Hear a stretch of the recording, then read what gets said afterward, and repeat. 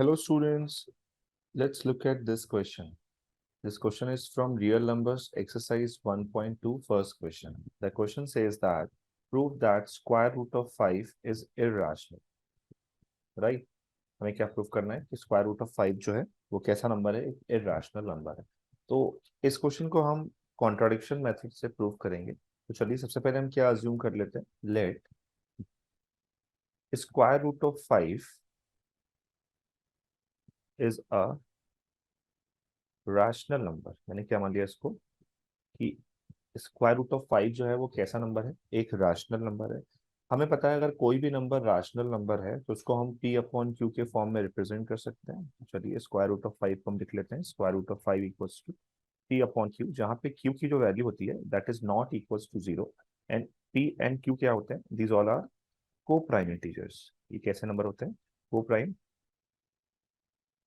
Integers होते हैं, right. चलिए हम दोनों साइड का स्क्वायर कर देते हैं। तो ये क्या आ जाएगा, 5 equals to p square upon q square.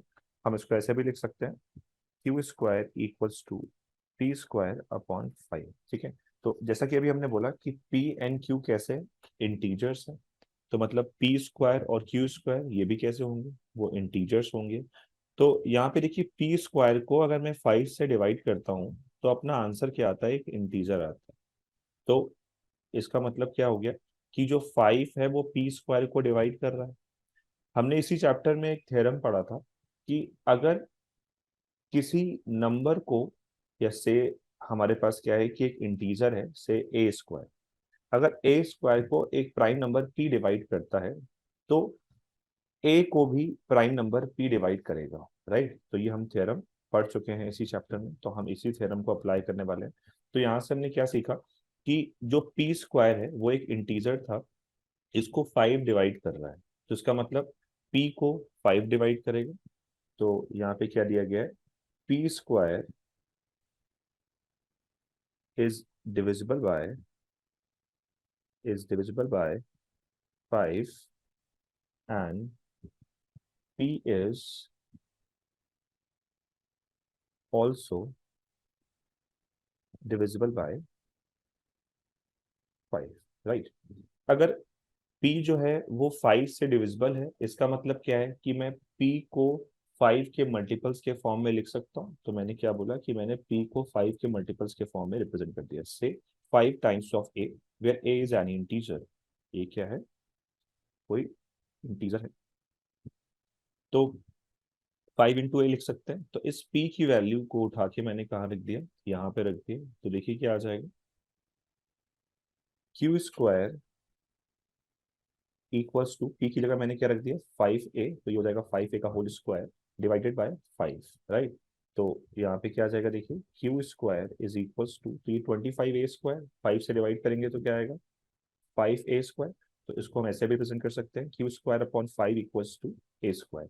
अभी मैंने देखा कि ए क्या था, ए हमने अज्यूम किया था ए कैसा था, इंटीजर था, तो ए स्क्वायर कैसा होगा, वो भी एक इंटीजर होगा। और इनिशियल में हम लेट करके चले थे क्यू कैसा है, P and Q R integer, तो क्यू स्क्वायर भी कैसा होगा, इंटीजर होगा। तो यहाँ पे क्यू स्क्वायर को मैं 5 से डिवाइड कर रहा हूँ, उसका मतलब क्या है, मैं क्यू स्क्वायर को एक प्राइम नंबर से डिवाइड कर रहा हूँ। And with the same theorem यहाँ से मैं क्या कंक्लूड कर सकता हूँ कि जो 5 है वो क्यू स्क्वायर को अगर डिवाइड कर रहा है तो 5 जो होगा वो क्यू को भी डिवाइड करेगा।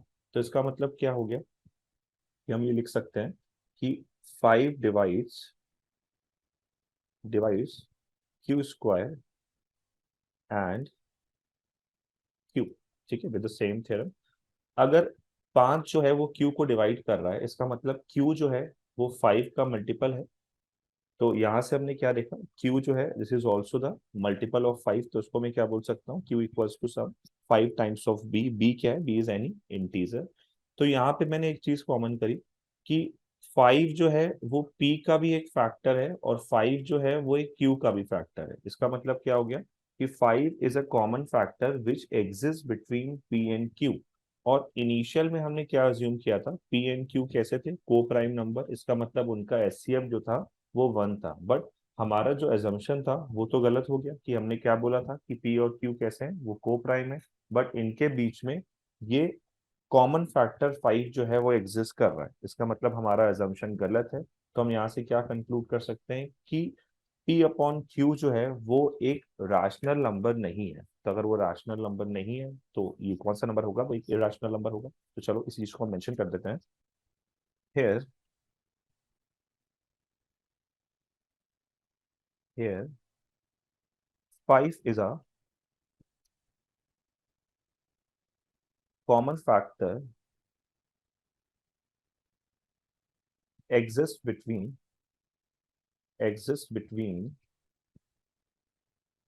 P and Q.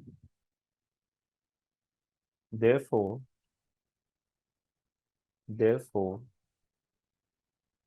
P and Q are not the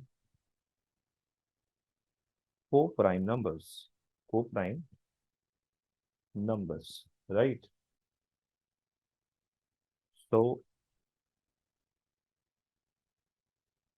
P upon Q will not be the rational number. Will not be the rational number. Therefore, our assumption was wrong. Assumption was wrong. So we can conclude that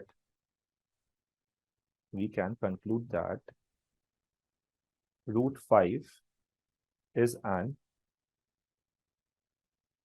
irrational number. यही हमें prove करना था, hence proved. Okay, so I hope you understood this video. Thank you.